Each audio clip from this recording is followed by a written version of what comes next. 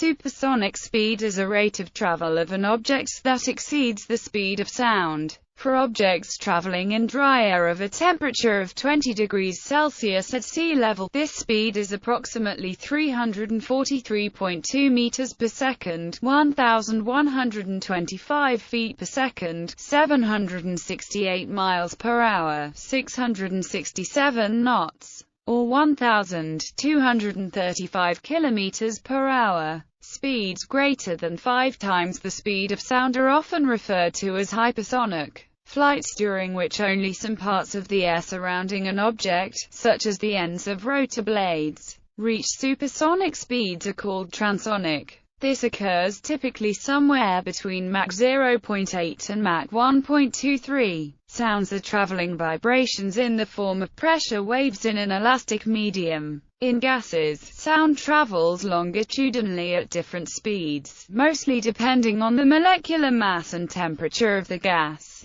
and pressure has little effect. Since air temperature and composition varies significantly with altitude, Mach numbers for aircraft may change despite a constant travel speed. In water at room temperature, supersonic speed can be considered as any speed greater than 1,440 meters per second. In solids, sound waves can be polarized longitudinally or transversely and have even higher velocities. Supersonic fracture is crack motion faster than the speed of sound in a brittle material. Early meaning. At the beginning of the 20th century, the term supersonic was used as an adjective to describe sound whose frequency is above the range of normal human hearing. The modern term for this meaning is ultrasonic. Supersonic objects. The tip of a bullwhip is thought to be the first man-made object to break the sound barrier, resulting in the telltale crack. The wave motion traveling through the bullwhip is what makes it capable of achieving supersonic speeds. Most modern fighter aircraft are supersonic aircraft, but there have been supersonic passenger aircraft, namely Concorde and the Tupolev Tu-144. Both these passenger aircraft and some modern fighters are also capable of supercruise,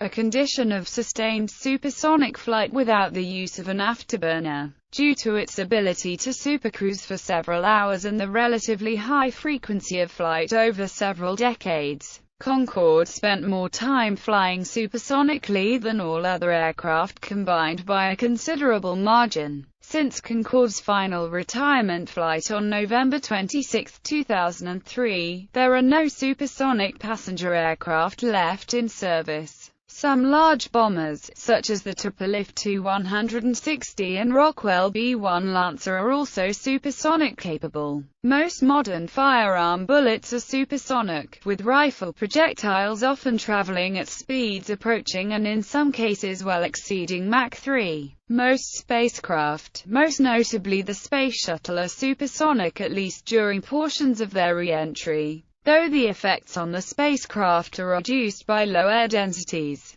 During ascent, launch vehicles generally avoid going supersonic below 30 km to reduce air drag. Note that the speed of sound decreases somewhat with altitude, due to lower temperatures found there. At even higher altitudes the temperature starts increasing, with the corresponding increase in the speed of sound. Supersonic flight. Supersonic aerodynamics is simpler than subsonic aerodynamics because the air sheets at different points along the plane often can't affect each other. Supersonic jets and rocket vehicles require several times greater thrust to push through the extra aerodynamic drag experienced within the transonic region. At these speeds, aerospace engineers can gently guide air around the fuselage of the aircraft without producing new shock waves, but any change in cross area farther down the vehicle leads to shock waves along the body. Designers use the supersonic area rule and the Whitcomb area rule to minimize sudden changes in size. However, in practical applications, a supersonic aircraft will have to operate stably in both subsonic and supersonic profiles.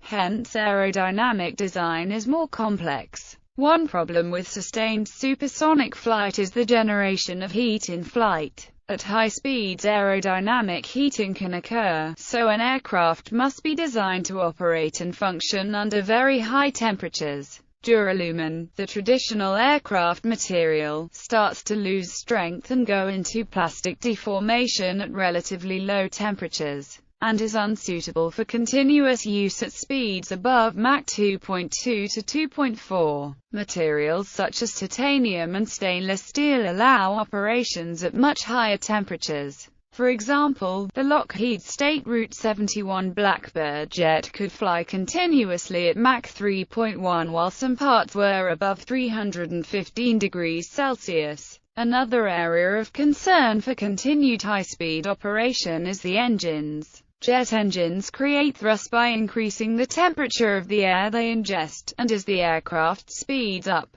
friction and compression heats this air before it reaches the engines. The maximum allowable temperature of the exhaust is determined by the materials in the turbine at the rear of the engine. So as the aircraft speeds up, the difference in intake and exhaust temperature that the engine can create decreases, and the thrust along with it. Air cooling the turbine area to allow operations at higher temperatures was a key solution, one that continued to improve through the 1950s and on to this day. Intake design was also a major issue. Normal jet engines can only ingest subsonic air, so for supersonic operation the air has to be slowed down. Ramps or cones in the intake are used to create shock waves that slows the airflow before it reaches the engine. Doing so removes energy from the airflow, causing drag. The key to reducing this drag is to use multiple small oblique shock waves. But this was difficult because the angle they make inside the intake changes with Mach number. In order to efficiently operate across a range of speeds, the shock waves have to be tuned. An aircraft able to operate for extended periods at supersonic speeds has a potential range advantage over a similar design operating subsonically.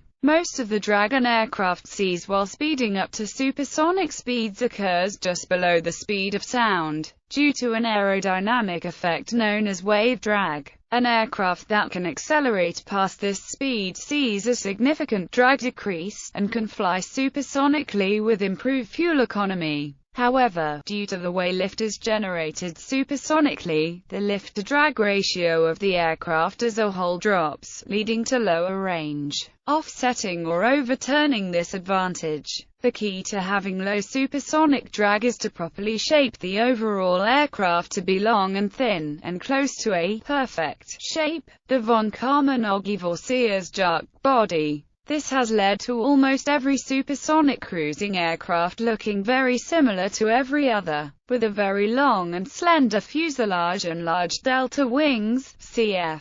State Route 71, Concorde, etc. Although not ideal for passenger aircraft, this shaping is quite adaptable for bomber use. History of supersonic flight. Aviation research during World War II led to the creation of the first rocket and jet-powered aircraft. Several claims of breaking the sound barrier during the war subsequently emerged. However, the first recognized flight exceeding the speed of sound by a manned aircraft in controlled level flight was performed on October 14, 1947 by the experimental Bell X-1 research rocket plane piloted by Charles "Chuck" Yeager. The first production plane to break the sound barrier was an F-86 Canadair Sabre with the first supersonic woman pilot, Jacqueline Cochran, at the controls, although this aircraft was not designed with regular supersonic flights in mind. According to David Masters in German Jet Genesis, Janes, 1982, ISBN 0-7106-01867, the DFS 346 prototype captured in Germany by the Soviets,